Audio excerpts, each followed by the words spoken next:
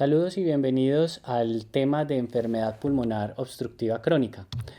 Este tema va a estar focalizado en estas 5 pequeños temas. Tendremos primero una introducción con respecto a esta enfermedad. Hablaremos posteriormente de cómo realizar un adecuado enfoque diagnóstico para pasar a las opciones terapéuticas, inicialmente no farmacológicas, posteriormente farmacológicas y un tema con respecto a lo que tiene que ver de las exacerbaciones. Comencemos entonces hablando un poco de la introducción de la enfermedad pulmonar obstructiva crónica. El objetivo de esta pequeña introducción es describir los conceptos base para el abordaje de la enfermedad pulmonar obstructiva crónica. Según las últimas guías del año 2019, que son la iniciativa mundial o guías GOLD como las conocemos, la definición engloba, digamos, 3 conceptos base. El primero es que es una enfermedad que es común, que es una enfermedad prevenible, esto lo sabemos por su principal factor de riesgo, y tratable, cuyos síntomas están principalmente focalizados, aunque no restringidos, al sistema pulmonar, dado por 3 síntomas característicos que son la disnea, la tos, que puede o no tener expectoración. Y esos síntomas son causados por una limitación al flujo que es lo que nosotros reconocemos como la obstrucción. Y esa limitación al flujo está dado por anormalidades, ya sea en la vía aérea, es decir, en el bronquio, o por compromiso en el alvéolo. Y ese compromiso en la vía aérea o en el alvéolo es causado por una noxa, que son las noxas que ustedes ven en la parte inferior de la diapositiva, siendo la más importante de ellas el tabaco, pero también otros humos ambientales y unos factores que tienen que ver con la genética o con los antecedentes del paciente. Ahora bien, ¿de qué tan común estamos hablando de la enfermedad pulmonar obstructiva crónica? Pues según el estudio Prepocol, que es un estudio muy grande que hemos desarrollado y que Colombia está incluido, la prevalencia de la enfermedad que nosotros tenemos es del 8.9%. Este es un número muy significativo si consideramos, por ejemplo, que la diabetes tiene una prevalencia alrededor del 7%. Entonces miren que incluso está por encima de esta prevalencia de la enfermedad. Y adicionalmente se suponía que para el año 2020 la EPOC iba a ser la cuarta causa de mortalidad en nuestro país, pero ya desde el año 2017 se ha considerado la tercera causa de muerte en Colombia. De ahí que reforzamos esa definición que nos da las GOL de que es una causa común. ¿En quién es más común? En aquellos pacientes fumadores o exfumadores, manteniéndose el riesgo incluso hasta 15 años después de haber dejado de fumar. Es una enfermedad que es muy raro que aparezca antes de los 40 años de edad y allí es importante tenerlo en consideración, y es más frecuente en el género masculino que en el género femenino. Sin duda entonces, sí es una enfermedad común, prevenible en el sentido de que miren que su factor de riesgo es el tabaco principalmente, como veremos más adelante. Dentro de los elementos que tienen que ver con la patología, la patogénesis y la patofisiología, ¿qué es lo que encontramos entonces en ese parénquima pulmonar?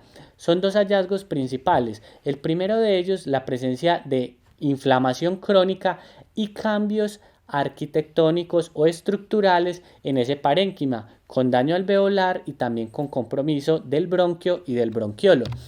Y eso secundario a qué patogénesis. Uno de los más importantes es un aumento del estrés oxidativo como respuesta a diferentes noxas. Adicionalmente, ese aumento del estrés oxidativo lo que hace es generar un desbalance entre las proteasas y las antiproteasas. Las proteasas nos van a hacer que haya mayor daño del endotelio alveolar y mayor daño del endotelio bronquiolar. Y esto va a estar mediado por una serie de células inflamatorias, no solo por los macrófagos alveolares, quienes estarán allí pues orquestando ciertos procesos, pero también con infiltrado mononuclear.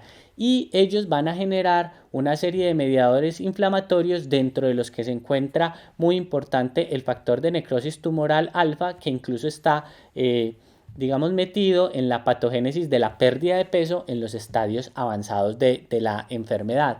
Y esos mediadores inflamatorios, esas células inflamatorias allí, esa relación de destrucción tisular, pues finalmente nos va a producir un proceso de fibrosis peribronquial e intersticial que nos van a llevar entonces a unos mecanismos fisiopatológicos de la obstrucción de los pacientes. Y es que esa fibrosis peribronquial intersticial primero me van a producir una limitación al flujo, y esa limitación al flujo va a tener como consecuencia un atrapamiento de aire. Adicionalmente, por esa misma alteración de la arquitectura, la membrana alveolo-capilar se va a ver alterada con la subsecuente alteración del intercambio gaseoso. Y por la producción de esos mediadores inflamatorios va a haber una hipersecreción de moco. Esa hipersecreción de moco va a generar tapones de moco. Los tapones de moco van a hacer que haya sobrecrecimiento bacteriano y colonización por bacterias, que a su vez activan muchísimo más la cascada inflamatoria, algo muy similar a lo que ocurre en un diagnóstico diferencial de esta enfermedad, como son las bronquiectasias. Y finalmente, esa fibrosis intersticial también puede tener cierto compromiso sobre los capilares arteriales, generando fenómenos de hipertensión pulmonar. ¿Cuáles son entonces esas noxas que me alteran toda esa fisiopatología que les acabo de mencionar previamente? La primera y más importante es el tabaquismo, la cual tiene un riesgo relativo de 4.5 con un intervalo de confianza bastante confiable para desarrollar la enfermedad pulmonar obstructiva crónica. E incluso miren que a pesar de que el riesgo puede ser menos de la mitad, el tabaquismo de segunda mano, es decir, convivir con un fumador, también es un factor de riesgo importante. El segundo factor de riesgo reconocido para el desarrollo de la enfermedad, y que a medida que vayamos controlando el tabaquismo se va haciendo más importante, es la exposición a humos ambientales, siendo un factor de riesgo más importante la exposición durante un periodo de una década o más al humo de leña, seguido por la combustión de biomasa y tercero por la exposición a carbón. Dependiendo de las actividades laborales que tengan los pacientes, pues también puede haber riesgos diferentes a estos micropolvos industriales, con un OR que va entre 1,5 y 3. Finalmente, hay unos factores de riesgo que se han reconocido, pero no se ha estudiado pues como claramente a cuánta fuerza de probabilidad de factor de riesgo se consideran. El primero de ellos es sufrir asma durante la infancia. Se ha demostrado que estos periodos inflamatorios durante la infancia hay una mayor prevalencia de enfermedad pulmonar obstructiva crónica al llegar a la enfermedad adulta. Están mencionadas en las guías colombianas de hipertensión arterial, como que todavía no es muy claro, pero los cambios fibrocicatriciales de la tuberculosis también podrían asociarse al desarrollo de la EPOC. El retardo del crecimiento intrauterino o el bajo peso al nacer, por la baja producción de alvéolos y por tanto su mayor riesgo de sufrir daños por las noxas descritas arriba, también está descrito las infecciones a repetición durante la infancia, y el factor genético más importante que está descrito es el déficit de alfa-1 antitripsina, el cual tendremos que pensar en aquellos pacientes que desarrollan síntomas de EPOC y que tienen compromiso enfisematoso a edades muy tempranas, esto es antes de los 45 años y más aún si es antes de los 40 años de edad. Y esas noxas, esa fisiopatología, ¿a dónde se va a ver identificada? En la evaluación de la curva flujo-volumen o espirometría. Ven ustedes entonces en esta gráfica cómo al hacer una evaluación normal de los pacientes en una relación de tiempo contra la cantidad de litros que es capaz de expirar una persona, que es lo que medimos principalmente en una espirometría, la mayoría del flujo que nosotros tenemos en los pulmones, si nuestros pulmones no tuvieran limitación del flujo de aire, van a ocurrir en el primer segundo, que es lo que reconocemos como el BEF1. Y si tenemos un adecuado volumen pulmonar, pues digamos que vamos a estar en un nivel normal, que en este caso, para este ejemplo, que es un paciente probablemente joven de 40 años, está calculado en 5 litros, y eso es la capacidad vital funcional. Ahora, ¿qué vamos a encontrar en el paciente con enfermedad obstructiva? Pues puede o no haber disminución de la capacidad vital forzada. Esta capacidad vital forzada es la que nos habla más de trastornos restrictivos, pero su principal característica es que la cantidad de aire que el paciente va a lograr expulsar durante ese primer segundo no va a lograr ser del 80%, sino muchísimo menor. Y esa es la característica clínica que nosotros vamos a identificar de la enfermedad pulmonar obstructiva crónica con sus causas, características y noxas identificadas.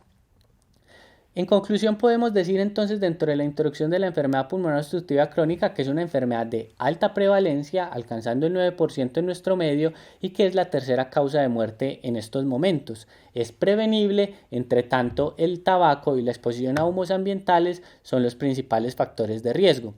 Esos factores de riesgo lo que van a desencadenar es una respuesta inflamatoria anormal con daño y alteración del flujo de aire y son en su orden el tabaco, la exposición a humo de leña, la exposición a biomasa, exposición a quema de carbón y finalmente los factores ocupacionales. Si nos pidieran describir cuál es el paciente tipo o clásico que sufre de esta enfermedad, pues entonces deberíamos pensar en un paciente de género masculino mayor de 40 años, fumador o exfumador con síntomas respiratorios clásicos.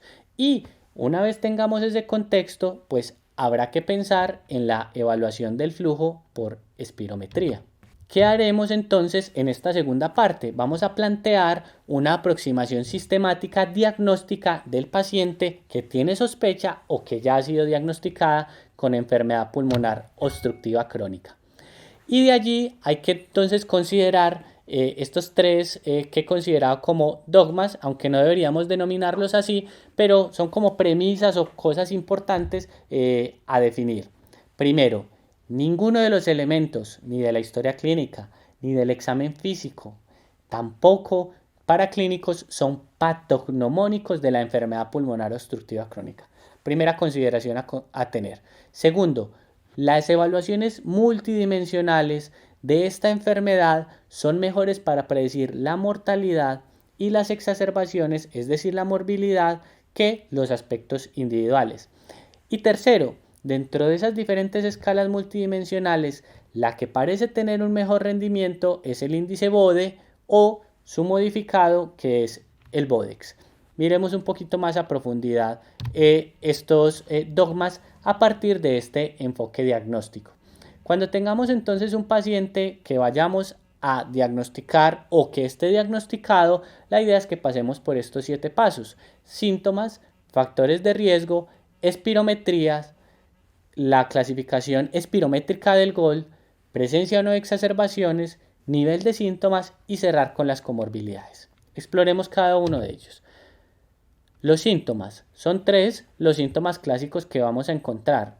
Primero, la disnea, la cual está definida como una disnea progresiva de esfuerzos que puede llegar hasta el reposo. Hay que tener en consideración que muchos de estos pacientes serán diagnosticados durante una exacerbación, por lo cual pueden referir que la disnea es aguda, pero es importante interrogar adecuadamente, hacer una buena anamnesis donde se va a encontrar que ya se venía de antes presentando la sintomatología disneica. El segundo síntoma es la tos. La tos no tiene un patrón característico, puede ser diurna, nocturna, puede ser desencadenada por factores ambientales o no, y puede estar o no acompañada de expectoración. Si pensamos un poco con esos dos síntomas, pues la cantidad de diagnósticos diferenciales que tenemos pasa por causas pulmonares que son del bronquio, que son del alvéolo, que son del intersticio.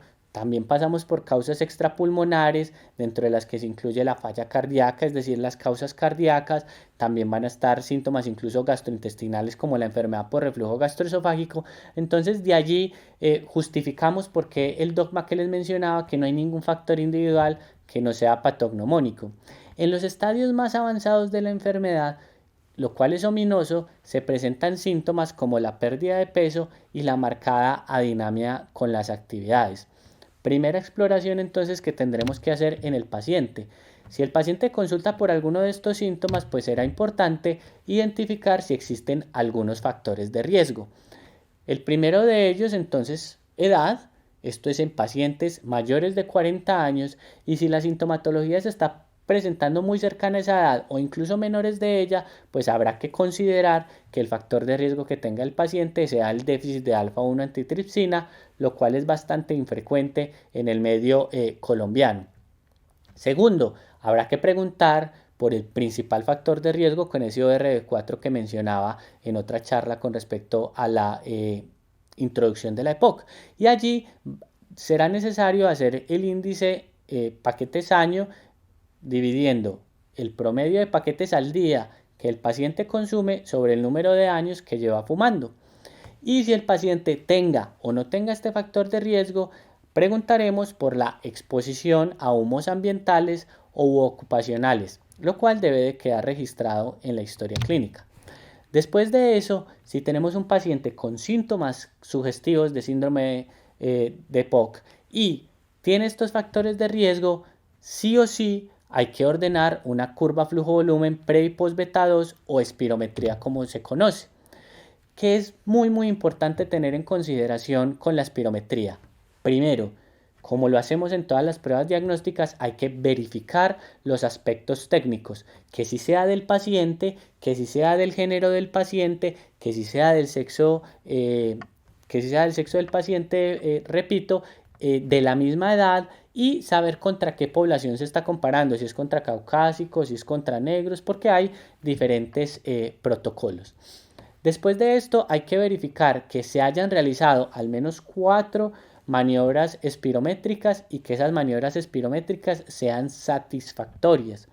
De esas 4 se debe de hacer los cálculos con la mejor de ellas. ¿Cómo sabemos que las 4 maniobras están adecuadamente hechas? Que se tenga al menos 5 segundos de expiración, que no haya muescas en la curva de flujo-volumen y que adicionalmente no haya una diferencia más del 10% entre una y otras. He identificado que mi prueba está bien hecha, pues entonces lo que sigue a continuación es respondernos las siguientes preguntas. Primero, ¿el paciente tiene un patrón obstructivo o no? Lo cual es característico de la EPOC. Y eso lo vamos a ver entre la relación de la capacidad vital forzada y el BEF1. Se busca no el valor versus el predicho, sino lo que haya dado la relación, que en este caso debería dar menor de 0.7 post broncodilatador. Lo segundo, ese defecto, si hay obstrucción, ¿revierte o no revierte con el uso de beta 2 inhalados? En el caso de que revierta completamente, es decir, que las curvas se normalicen y haya una diferencia más de 150 mililitros y del 12% que se cumplan ambas características, es más probable que estemos frente a un cuadro asmático que frente a un cuadro de EPOC.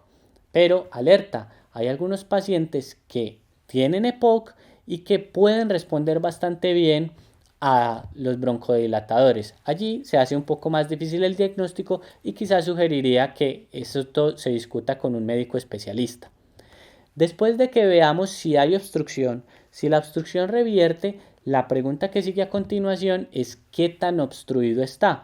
Que en el caso de la EPOC utilizaremos la clasificación del GOL que veremos a continuación. Y siempre en la espirometría que diagnostica obstrucción, ella es capaz de tamizar la restricción y la restricción se hace a partir de la capacidad vital forzada. Se mira es el porcentaje con respecto al predicho que en caso de restricción estará por debajo del 80%. Definitivamente tengo síntomas, tengo factores de riesgo, hice una espirometría y la espirometría me demuestra un patrón obstructivo que no revierte con el uso de beta 2 inhalados. Con eso ya tengo el diagnóstico de enfermedad pulmonar obstructiva crónica y tendré que pasar a su clasificación multidimensional. El primer paso que utilizaré entonces es qué tan obstruido está.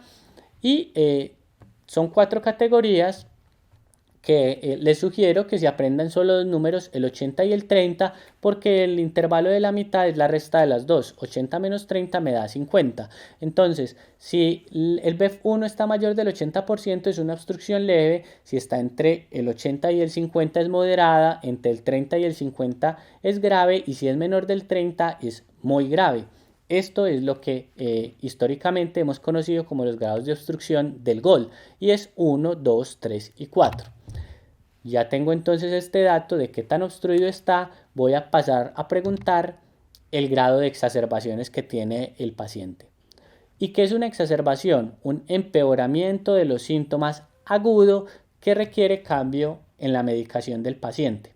Entonces haré esa pregunta. Si el paciente lo niega en el último año, el paciente no es exacerbador.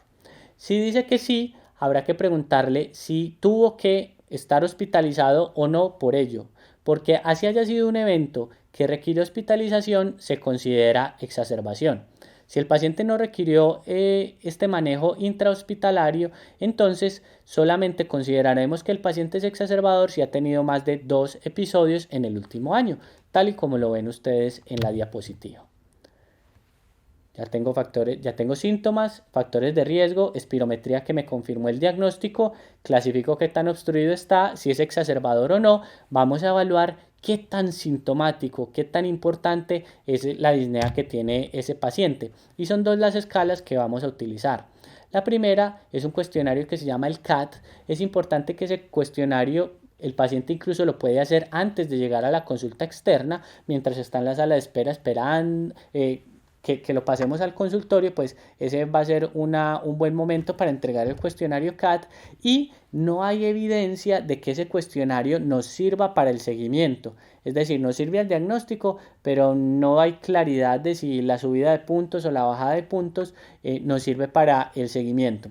El punto de corte para ese cuestionario es 10. El que tiene menos de 10 es poco sintomático, el que tiene más de 10 es muy sintomático. La otra escala que solemos utilizar con mayor frecuencia es la escala MMRC, una escala que va desde 0 hasta 4, siendo 0 no tener nada de síntomas y 4 síntomas que lo limitan a salir de casa o incluso aparecen durante el vestido. Y allí el punto de corte es toda la mitad, que es 2.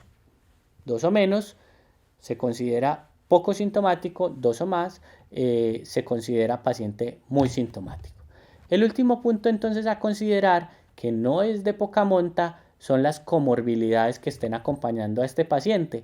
Esto es muy importante porque los ajustes del tratamiento o incluso otras causas de disnea pueden ser identificadas en la evaluación de comorbilidades.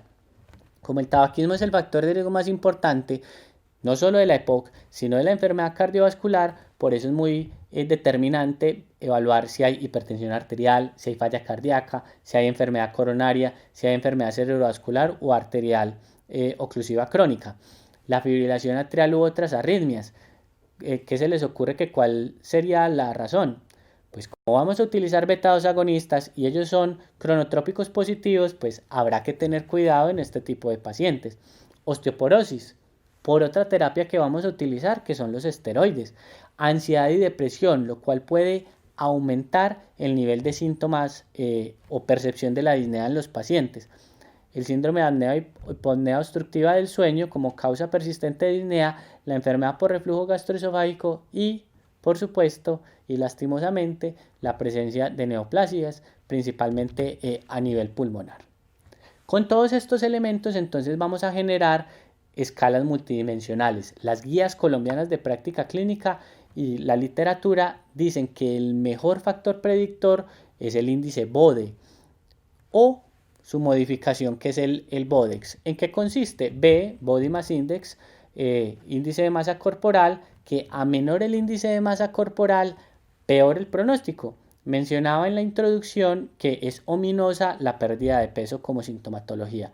O es la obstrucción, que tiene unos puntos de corte muy similares a los que están presentes en la clasificación GOLD de 1 a 4, solo que aquí no vamos desde el 80 sino desde 65 y subimos un 5% del límite inferior hasta el 35%. D, se utiliza la escala de MMRC, 0, 1 no da puntos, 2 puntos da un punto, 3, 2, 4 da 3. Y la diferencia entre el BODE y el BODEX está en que la E utiliza una prueba diagnóstica que es la caminata de 6 minutos. Allí ven ustedes en la diapositiva, entonces, dependiendo de cuántos metros logre, el número de puntajes que da la clasificación, o eso lo podemos reemplazar por el número de exacerbaciones que tiene el paciente configurándose el BODEX. Cada punto de incremento en el BODE aumenta la mortalidad en un 34%. Entonces lograr disminuir o ver aumentos sí nos sirve para predecir lo que debemos hacer con ese paciente. Muchos están acostumbrados no a esta clasificación del BODE, sino a la clasificación multidimensional que nos propone la GOLD. ¿Qué cambios tenemos a partir del año 2019?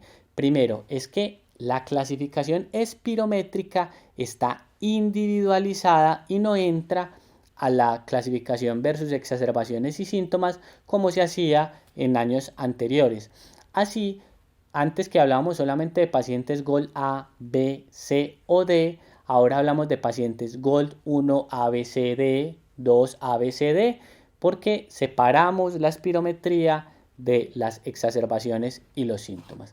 Entonces, ¿cómo vamos a hacer esa identificación? Entonces, miramos el grado de obstrucción y diremos el GOLD es 2, por ejemplo, si su patrón de obstrucción es del 70%, y miramos cuánto le dio el CAT o el MMRS en síntomas. Si le da menos de 10 o le da menos de 2, estará en los cuadrantes izquierdos, o si le da más de eso, estará en los cuadrantes derechos. Y vamos a ver las exacerbaciones. Si tiene menos de 2 o una que requiere hospital o ninguna hospitalaria, serán los cuadrantes inferiores o de allí superiores. Allí están los índices de BODE o BODEX, porque si tenemos más de 5 puntos en el BODEX o 7 en el BODE, siempre estaremos en los cuadrantes superiores pensando en que son graves o muy graves las enfermedades pulmonares obstructivas crónicas. Esta entonces es una mejor escala para predecir morbilidad, mortalidad de la EPOC. Ahora bien, a todos nos ha pasado un paciente que viene de área rural que no nos entiende la forma de hacer la espirometría. O sea, yo intenté y definitivamente no es posible hacer la espirometría. En ese caso, pues habrá que rodearse de muchos elementos para poder considerar que un paciente definitivamente tiene una POC. Mayor de 40 años, con síntomas clásicos, con factores de riesgos exposicionales, que tengan hallazgos anormales al examen físico. Miren que nunca los había mencionado, pero aquí en este escenario sí tienen consideración que tenga sibilancias, que el tiempo expiratorio esté prolongado, que la altura de la laringe esté corta, que el tiempo expiratorio sea prolongado. Miramos la radiografía de tórax, que no es necesaria para el diagnóstico de la EPOC. Pero si no tenemos espirometría, hacemos uso de esa herramienta diagnóstica. Allí que vamos a ver atrapamiento de aéreo, cambios enfisematosos, o sea, lucidez de los pulmones, que haya reforzamientos intersticiales, presencia de bulas, aplanamiento de los diafragmas, todos esos hallazgos que nos hablen de que hay obstrucción, y los gases arteriales nos lo reforzará muchísimo más si encontramos hipoxemia con hipercapnia. Entonces, solo en estos casos, yo intenté hacer la espirometría y el paciente no me entendió, no fue capaz, vamos a tratar de hacer el diagnóstico sin confirmarlo espirométricamente, utilizando todas estas medidas diagnósticas. Por tanto, siempre a los pacientes que tengan diagnóstico o sospecha de POC, les vamos a hacer espirometría pre y post beta 2. Se repite, eso no está muy claro, aunque las guías GOLD recomiendan hacer una vez al año un control espirométrico. Y siempre vamos a pedir el hemoliocograma para dos cosas: evaluar anemia, que puede empeorar los síntomas de la disnea, y el recuento de eosinófilos, que a partir del año 2019 es un elemento importante para saber cuál va a ser el tratamiento que le vamos a dar a los pacientes. ¿Qué podemos o no hacer? Depende de las características del paciente. Si va a calcular un BODE, habrá que pedir la caminata de 6 minutos. Si necesito evaluar si el paciente necesita oxígeno suplementario domiciliario, un pH y gases arteriales. Si el paciente cumple las características para ser tamizado para un cáncer pulmonar, un TAC de tórax de bajas dosis. Y para evaluar comorbilidades, dependiendo de cuál sea mi sospecha, el ecocardiograma transtorácico o el electrocardiograma. Miren que no son muchos los elementos que necesitamos para un enfoque diagnóstico apropiado de estos pacientes. En la guía colombiana proponen, dependiendo de la gravedad de la EPOC, un esquema de seguimiento y quién debe hacer el seguimiento. Entonces miren que las visitas van de semestrales a trimestrales en los EPOC más graves y siempre con evaluaciones y vacunación al menos una vez al año. Habrá entonces que determinar en la escala multidimensional para saber cada cuánto voy a citar a ese paciente con la EPOC. En conclusión de esta parte entonces, hay que sospechar siempre según síntomas y factores de riesgo. Se hace espirometría para valorar la obstrucción y el nivel de obstrucción. Se determina el nivel de exacerbaciones. Se evalúa el nivel de la disnea. Se exploran las comorbilidades y con esos elementos se procede a hacer el enfoque según una escala multidimensional. Vamos a hablar entonces ya en detalle de lo que tiene que ver con maniobras de prevención y de manejo no farmacológico. Ese será el objetivo de las siguientes diapositivas. ¿Qué podemos hacer para prevenir y para tratar en forma no farmacológica? Prevenir el consumo de tabaco, educación en uso adecuado de medicamentos, vacunación, rehabilitación pulmonar, oxigenoterapia y herramientas quirúrgicas. El tabaquismo está demostrado desde los años 60 que es un factor de riesgo independiente para el deterioro del BEF1 en el transcurso de la vida y tiene una relación dependiente de la dosis. Es decir, a más se consuma tabaco, peor va a ser el deterioro del BEF1. Por eso, siempre, independiente de cuál sea el motivo de consulta de nuestros pacientes, hay que preguntar por el antecedente de tabaquismo. Y más aún, si esos síntomas por los que consulta el paciente tienen que ver con síntomas respiratorios. Teniendo ese dato, es muy importante registrar dos cositas. Uno, el índice de años paquete, la relación entre el número de cigarrillos que consume el paciente al día y los años que lleva consumiendo tabaco y utilizar una escala que nos permite aproximarnos a qué tanta dependencia a la nicotina tiene el paciente, que se conoce como el puntaje de Fagerström.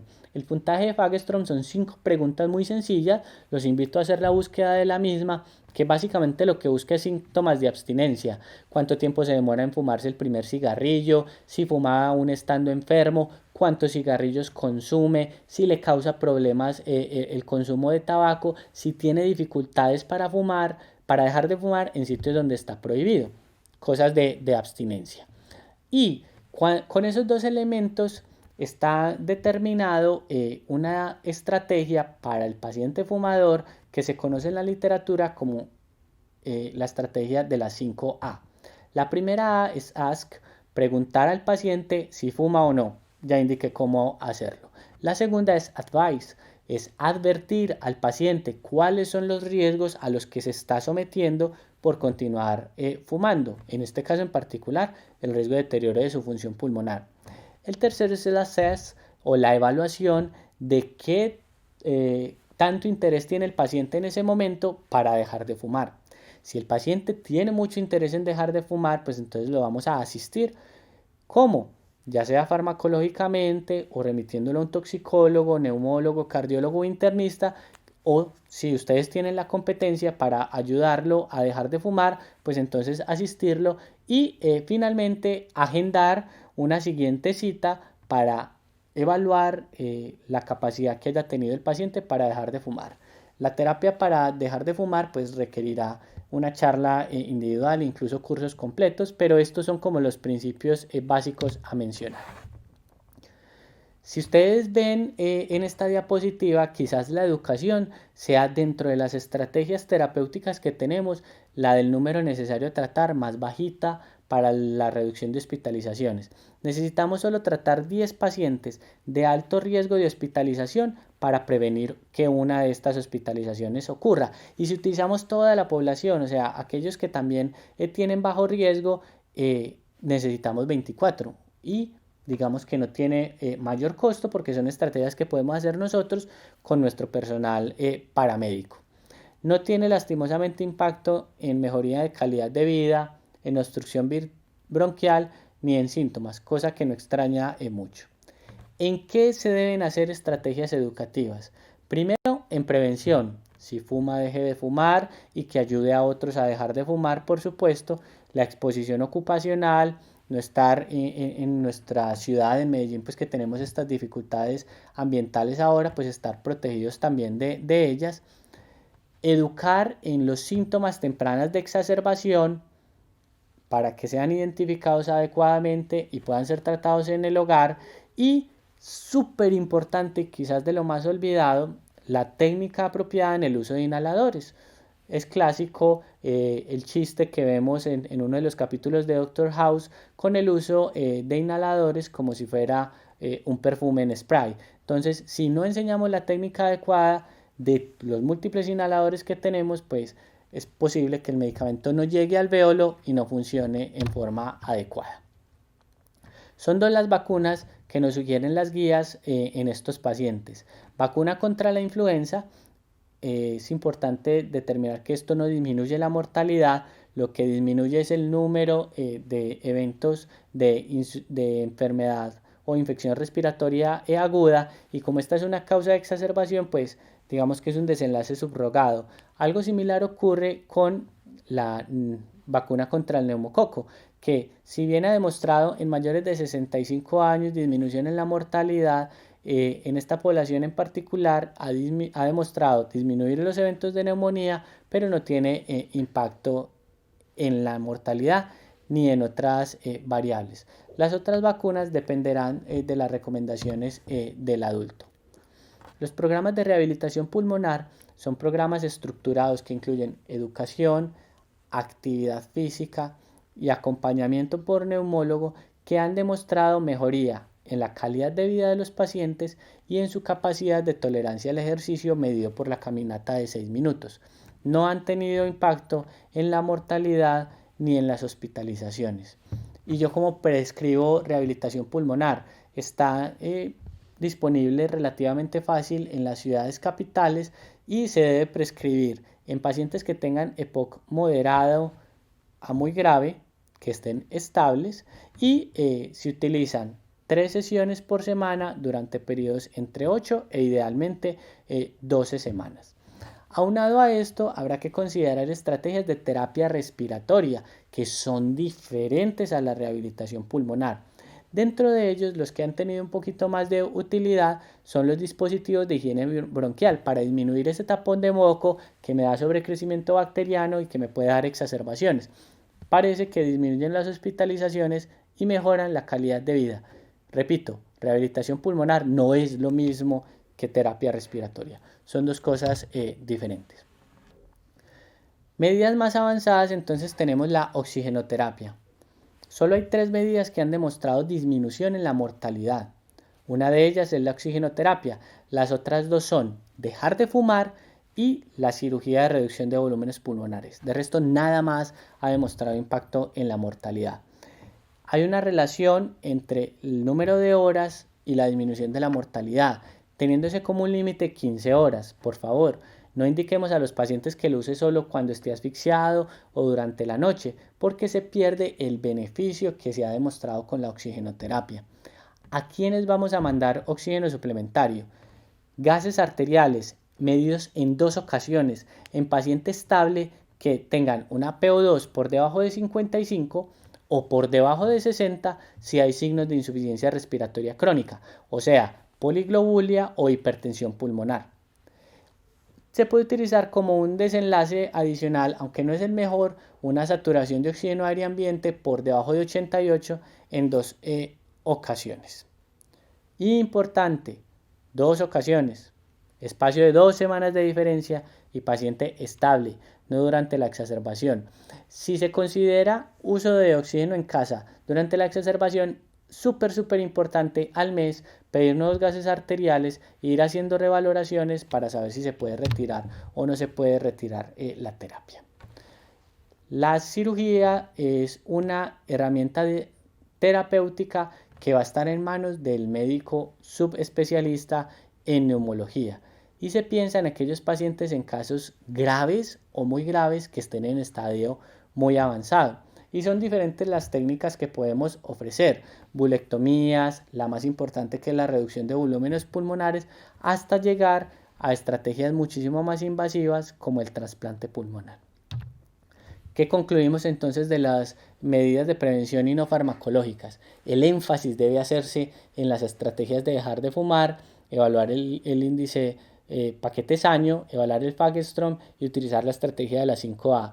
La educación debe de tener muchísima importancia por un NNT muy bajito de 10, énfasis en el uso adecuado de los inhaladores, rehabilitación pulmonar en los casos moderados a muy graves que estén estables y en el caso de oxigenoterapia verificar en 2 ocasiones con diferencia de 2 semanas en paciente estable la indicación de dicha terapia.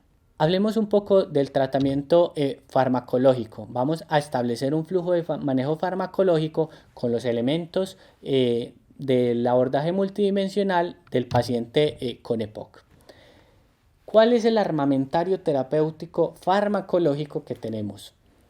Tenemos entonces terapia inhalada, dentro de los que están broncodilatadores y los esteroides inhalados. Los broncodilatadores se van a dividir en 2 grupos grandes y esos 2 grupos en 2 subgrupos a su vez. Tenemos entonces los beta-2 agonistas y tenemos los anticolinérgicos. Ambos se dividen en aquellos de corta acción, que se van a encontrar como SAMA o SABA en la literatura en inglés, y de larga acción, que lo van a encontrar como LAMA o LABA.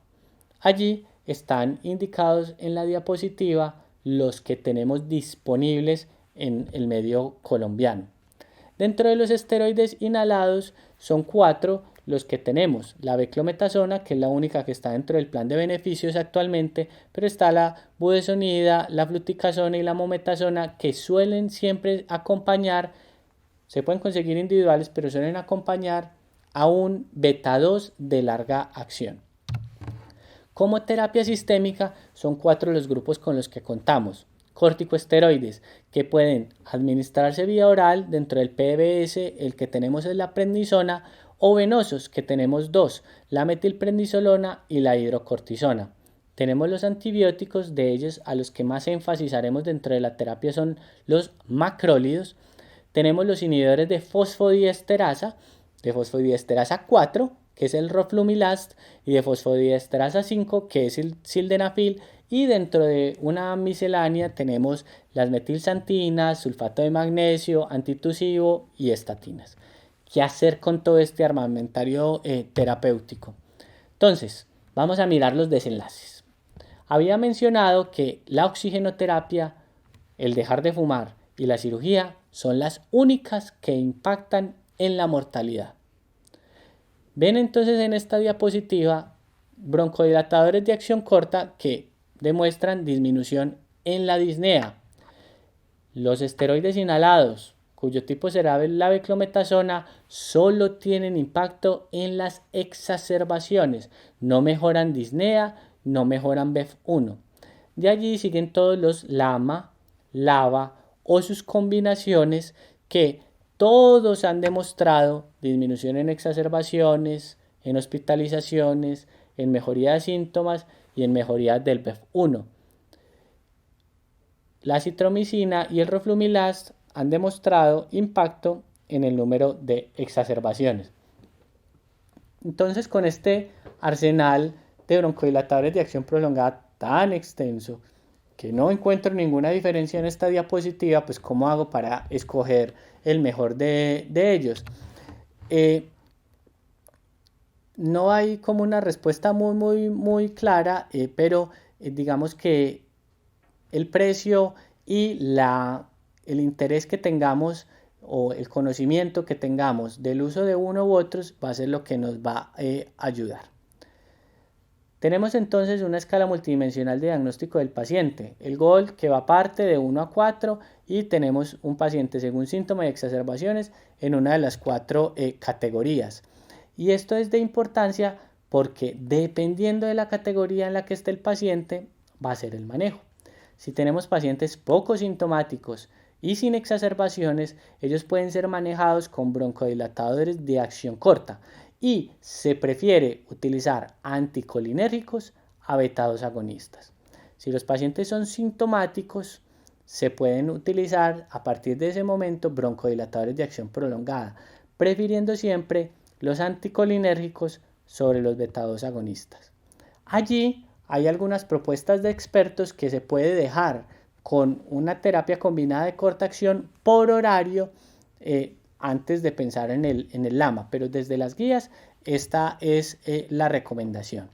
En los pacientes exacerbadores con pocos síntomas arrancamos con un LAMA, y en los pacientes más complicados, que estos probablemente lo que haya que hacer sea remitirlos a la evaluación por médico especialista, podemos utilizar anticolinérgicos de acción prolongada, LAMA, o una combinación entre LAMA y LABA, especialmente en aquellos pacientes que al hacerles un CAT le dio más de 20 puntos.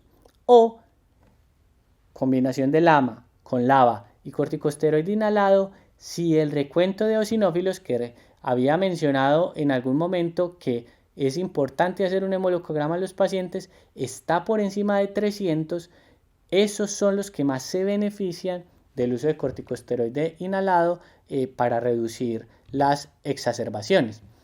Esto era lo que mencionaba ahorita de cuál escoger. Entonces miren, tenemos todos los LAMA, LABA con corticosteroide inhalado, mezclas, y quisiera darles solo algunos elementos. Aquí está la frecuencia. La mayoría de ellos, miren que se prescribe una vez al día, lo que mejora la adherencia. Y de acuerdo a la tabla de precios de medicamentos que nos da el Ministerio de Salud, esto es el costo promedio comercial de mes de tratamiento con cada uno de estos broncodilatadores. Para hacer una relación, un inhalador de salbutamol cuesta 7.000 pesos y de bromuro de ipratropio 12.000 pesos. Este es el costo de los broncodilatadores de acción prolongada en nuestro medio. Ahora bien, yo inicié esa terapia de acuerdo a la escala multidimensional y el paciente no tiene respuesta. Entonces la pregunta que nos vamos a hacer es: ¿no tiene respuesta a qué? ¿No tiene respuesta a disnea? ¿No tiene respuesta por exacerbaciones? ¿O no tiene respuesta por las dos cosas? Si el problema es por las dos cosas, el esquema que vamos a utilizar es el de abajo, el de exacerbaciones. Pero si yo tengo un paciente con disnea que ya tenía un LAMA, le voy a poner LAMA más un LABA. Si no responde, lo que puedo hacer es cambiar de moléculas, porque los pacientes pueden tener diferencias, así la evidencia no haya demostrado diferencia alguna entre ellos. Y muy importante, evaluar si no hay otras causas de la disnea. Está infartado, tiene falla cardíaca, tiene reflujo gastroesofágico, tiene sajos, está obeso, ¿cierto? Que no se nos escape eso. En el caso de las exacerbaciones, que siempre vamos a estar ya de entrada con un LAMA, entonces puedo utilizar LAMA más LABA, tiotropio, umeclidinio, glicopirronio, más un LABA, olodaterol, bilanterol, indacaterol, salmeterol. O puedo utilizar un beta-2 agonista de acción prolongada con corticosteroide. Si el paciente no responde a eso, puedo pasar a triple terapia. Pero esa triple terapia, es decir, LAMA más LABA más corticosteroide, tiene muchísima más justificación si los eosinófilos están por encima de 300 y si es muy exacerbador, si están por encima de 100. Si eso no está ocurriendo, entonces vamos a evaluar. Si el paciente es bronquítico y su BEF1 está por debajo del 50%, la mejor terapia en ese caso es el uso de roflumilast. Si no se cumplen esas características, podremos utilizar acitromicina, que ha demostrado disminución en las exacerbaciones. ¿Qué nos sirve? ¿Qué le debemos de quitar a nuestros pacientes? Las metilsantinas, la teofilina, que incluso está excluida explícitamente del sistema de salud, no sirve, no la debemos utilizar. Los esteroides inhalados en pacientes que no sean exacerbadores o que tengan recuentos de eosinófilos por debajo de 300, no son de utilidad. Por tanto, la invitación es a quitar ese combo salbutamol, bromuro, ipratropio de clometasona, que no tiene utilidad realmente en la EPOC. El uso de esteroides orales crónicos no ha demostrado disminución en el número de exacerbaciones y sí aumento en los efectos adversos. Los cigarrillos electrónicos, importante, alerta, ni los vapeadores. Sabemos que tengan un mejor comportamiento al cigarrillo normal, entonces no se debe recomendar. Medicamentos para la hipertensión pulmonar como el sildenafil u otros, Bosentan, etcétera, tampoco están recomendados para la hipertensión pulmonar asociadas a la enfermedad pulmonar obstructiva crónica. Y si bien por ese efecto pleomórfico que se le ha dado a las estatinas y por la cascada inflamatoria que se presupone tiene la EPOC, se ha pensado en el uso de estatinas, estas no tienen ningún papel y no se deben de utilizar. Algunas preguntas que con frecuencia me encuentro yo de mis colegas en ronda. ¿Se puede desmontar terapia? Como la escala que nos muestra el GINA en asma. El paciente está muy controlado y está con estos broncodilatadores, ¿lo puedo desmontar? Solo tenemos evidencia en corticosteroides. Paciente exacerbador, después de un año, hay un estudio, un ensayo clínico de asignación aleatoria, que después de un año desmontaron el esteroide y no encontraron diferencias. Es un estudio de no inferioridad en desmontar la terapia. Algunos expertos dicen que se puede desmontar la terapia combinada LAMA-LABA a solamente el LAMA, pero eso es solo una recomendación de expertos. Solamente tenemos evidencia en corticosteroides inhalados. Antitusivos, doctor, esta tos no me deja dormir, quíteme esta tos. Muy frecuente que lo digan los pacientes. Pues desde las guías no se ha demostrado ninguna mejoría en la morbilidad de los pacientes. Sin embargo, uno puede hacer una prueba terapéutica y si al paciente le va bien, pues no le vamos a negar dicha terapia. Durante la exacerbación se continúan los broncodilatadores de acción prolongada. Hay una teoría de que por afinidad de los receptores, si dejamos los broncodilatadores de acción prolongada, los de corta acción no van a hacer su efecto, sino que lo que van a generar es mayores efectos adversos. Entonces se sugiere durante la exacerbación suspenderlos, pues realmente no tienen ningún papel. Y todo lo contrario, si el paciente está estable y está con broncodilatadores de acción prolongada, ¿se dejan los de acción corta? La respuesta es que sí, y eso hace parte de la educación de los pacientes de utilizarlos en caso de que tengan sintomatología de exacerbación. Puntos clave entonces de esta parte de la charla.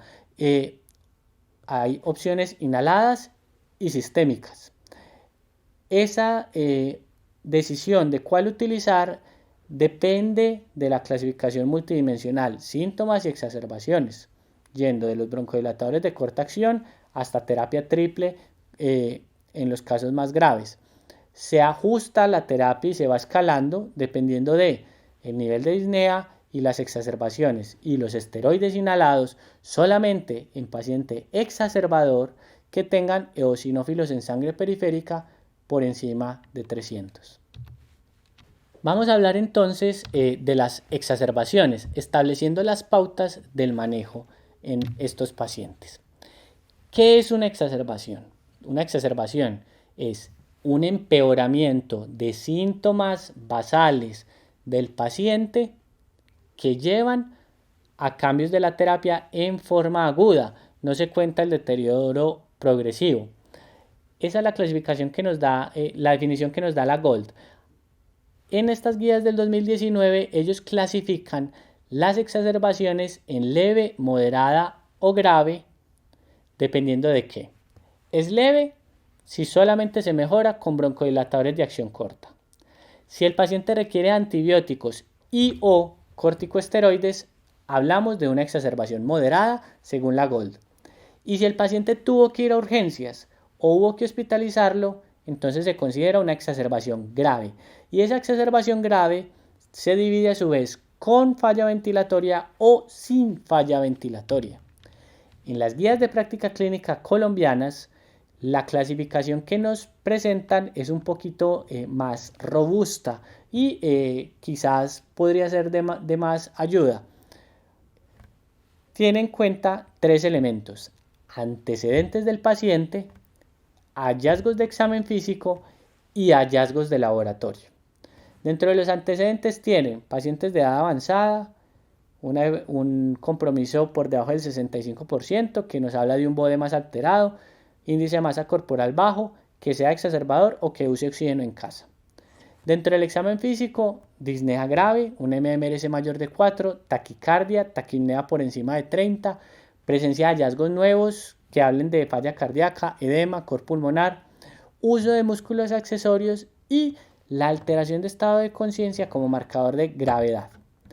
Y los paraclínicos, vamos a ver básicamente los gases arteriales. Si hay acidosis por debajo de 7,35, se habla de grave. Si está por debajo de 7,3, muy grave. La hipercapnia, marcador de muy grave.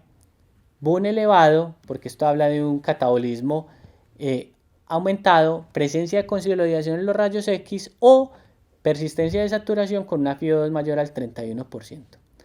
¿Cómo entonces combinan estos elementos en la guía colombiana? Si el paciente no tiene antecedentes ni esos hallazgos al examen físico ni paraclínicos, eso es una exacerbación leve y se podría manejar ambulatoriamente.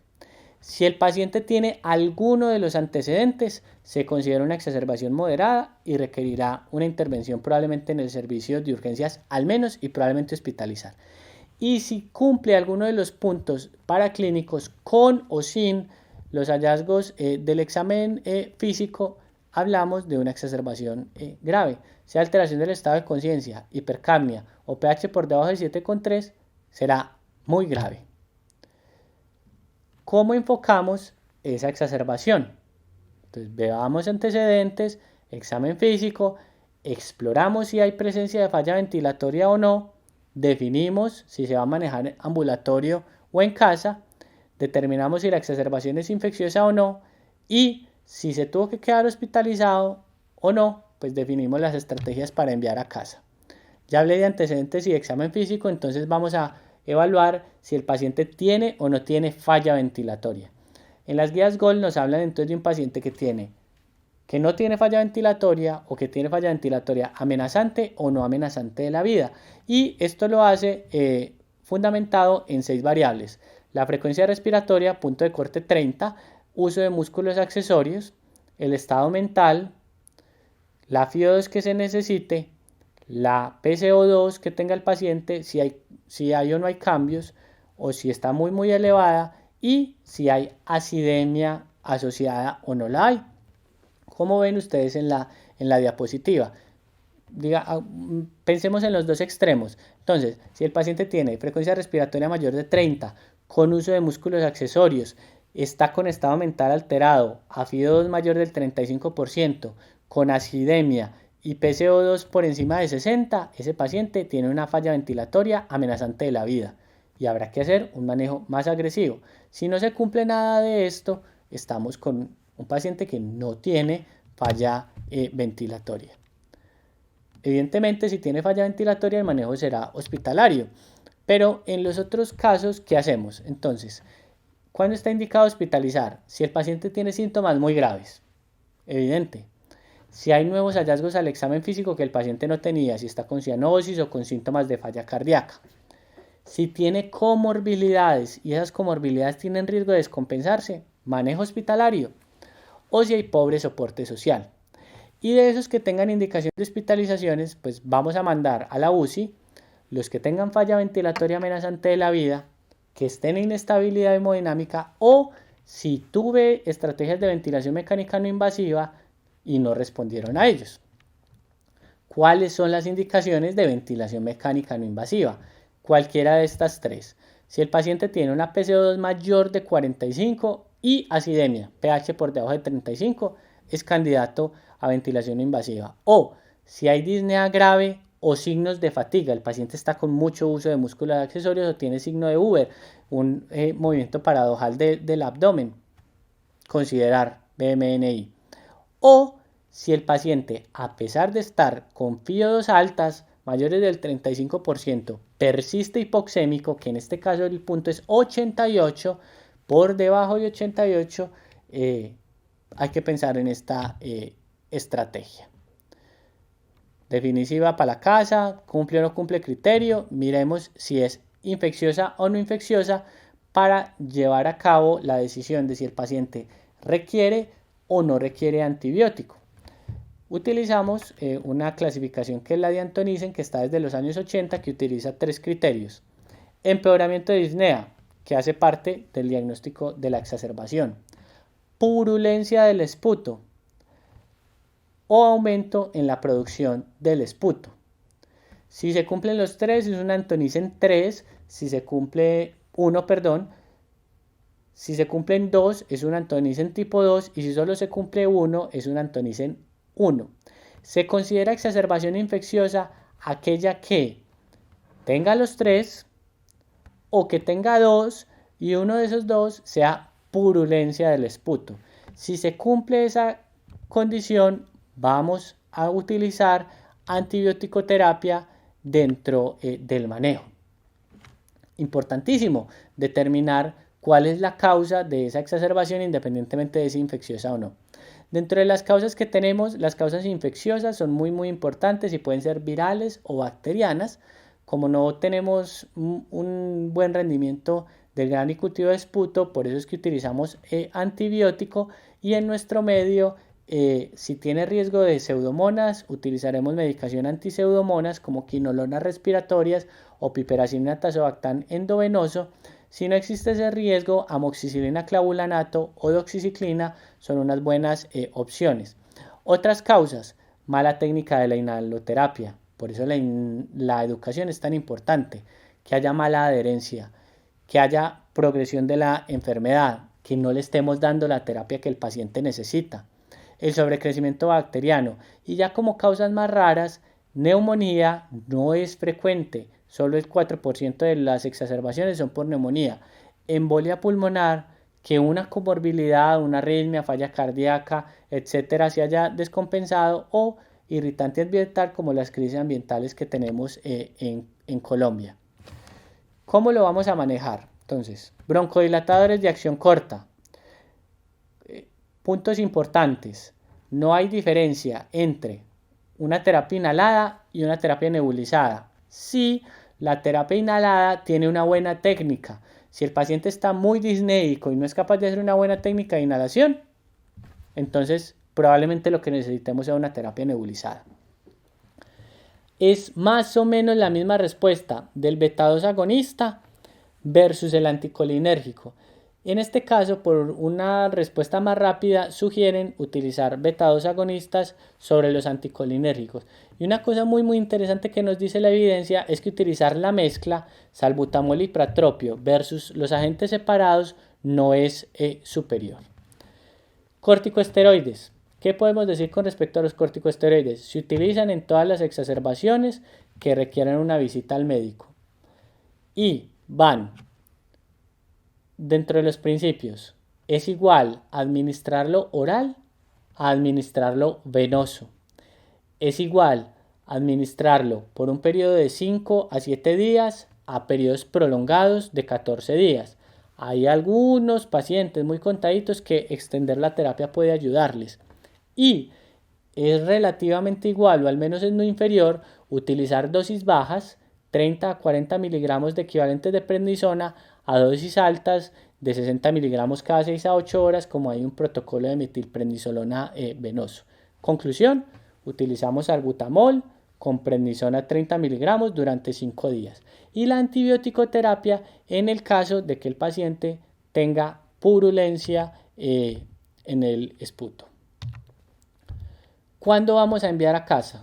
Primero, cuando la causa de la exacerbación esté controlada o modulada hasta el nivel que se pueda.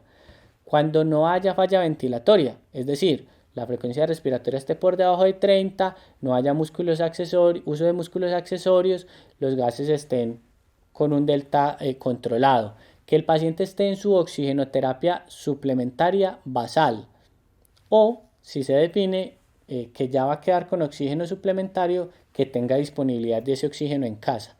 Que la percepción de mejoría sea del 80% o más con respecto a su basal, que tenga acceso a los servicios de salud y cuyos signos de alarma estén lo suficientemente claves.